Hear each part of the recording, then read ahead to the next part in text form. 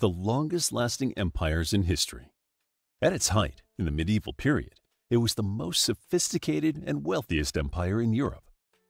These erudite Greek-speaking people were the guardians of ancient classical civilization until the empire's collapse, and they considered themselves true Romans until the end. Once a Roman imperial backwater, the small city of Byzantium was chosen by Rome's first Christian emperor, Constantine the Great, to be his new capital. It would be renamed Constantinople after the emperor, and Constantine would decorate his city with magnificent treasures from across the Roman world. Constantinople was also chosen for its incredible defensive position, situated on the Bosporus Strait and surrounded by water.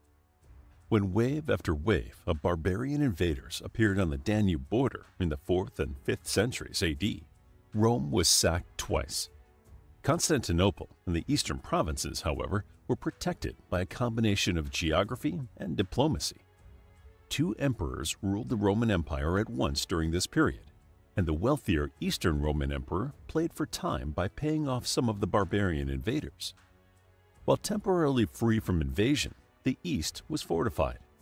Constantinople was not easy to attack at the best of times, and soon Theodosius II gave it near impenetrable walls.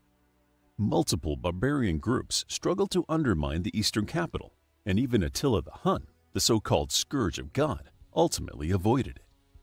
Constantine's strategic masterstroke would prove highly effective, and the eastern half of the empire would hold out for another 1,000 years.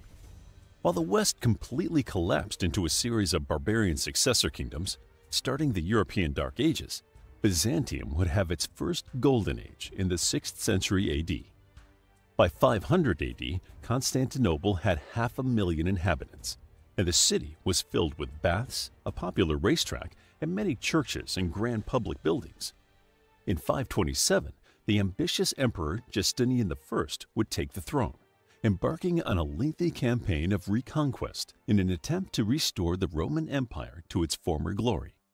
He was highly successful and would recapture swaths of North Africa, part of Spain, and the whole of Italy. With the money garnered from his conquests, he reshaped the city of Constantinople with many spectacular building projects. The iconic cathedral, the Hagia Sophia, was built during his reign, and nobody would be able to replicate its enormous dome again until the Renaissance. Justinian was a great emperor, but after his death, his attempts at restoration would crumble, and the empire would quickly lose most of its Spanish, African, and Italian possessions once again.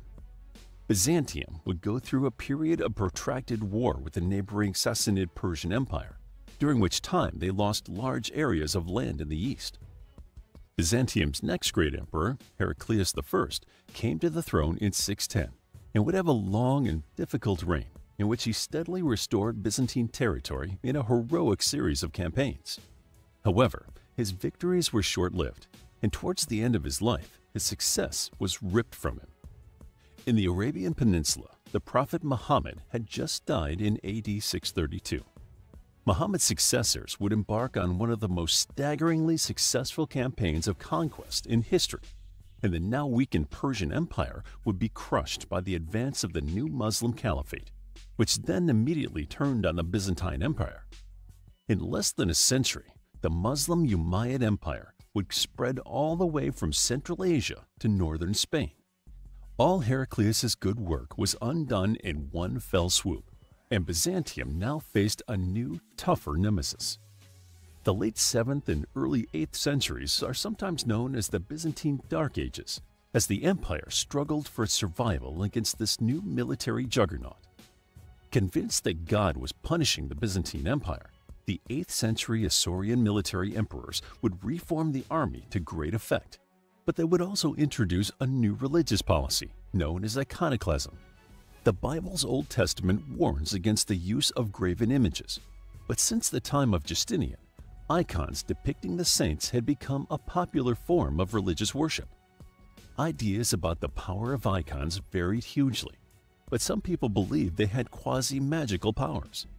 During the Persian siege of Constantinople in 626, the armies of the faithful had held up an icon of Mary on the walls, which was later rumored to have saved the city.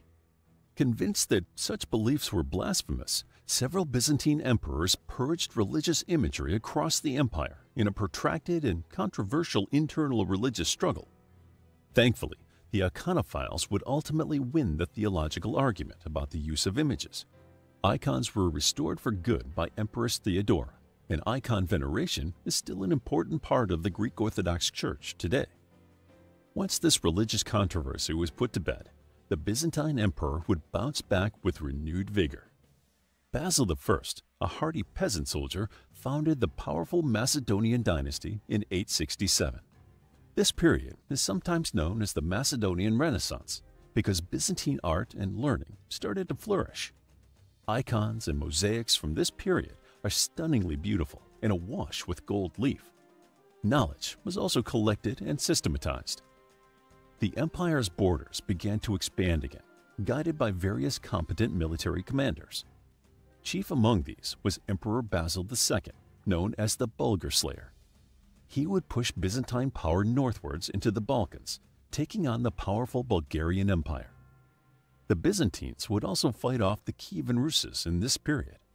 A major naval assault by Russian ships was defeated with the Byzantines' now regularly used secret weapon, a substance known as Greek fire. This napalm-like concoction burned on water and was used from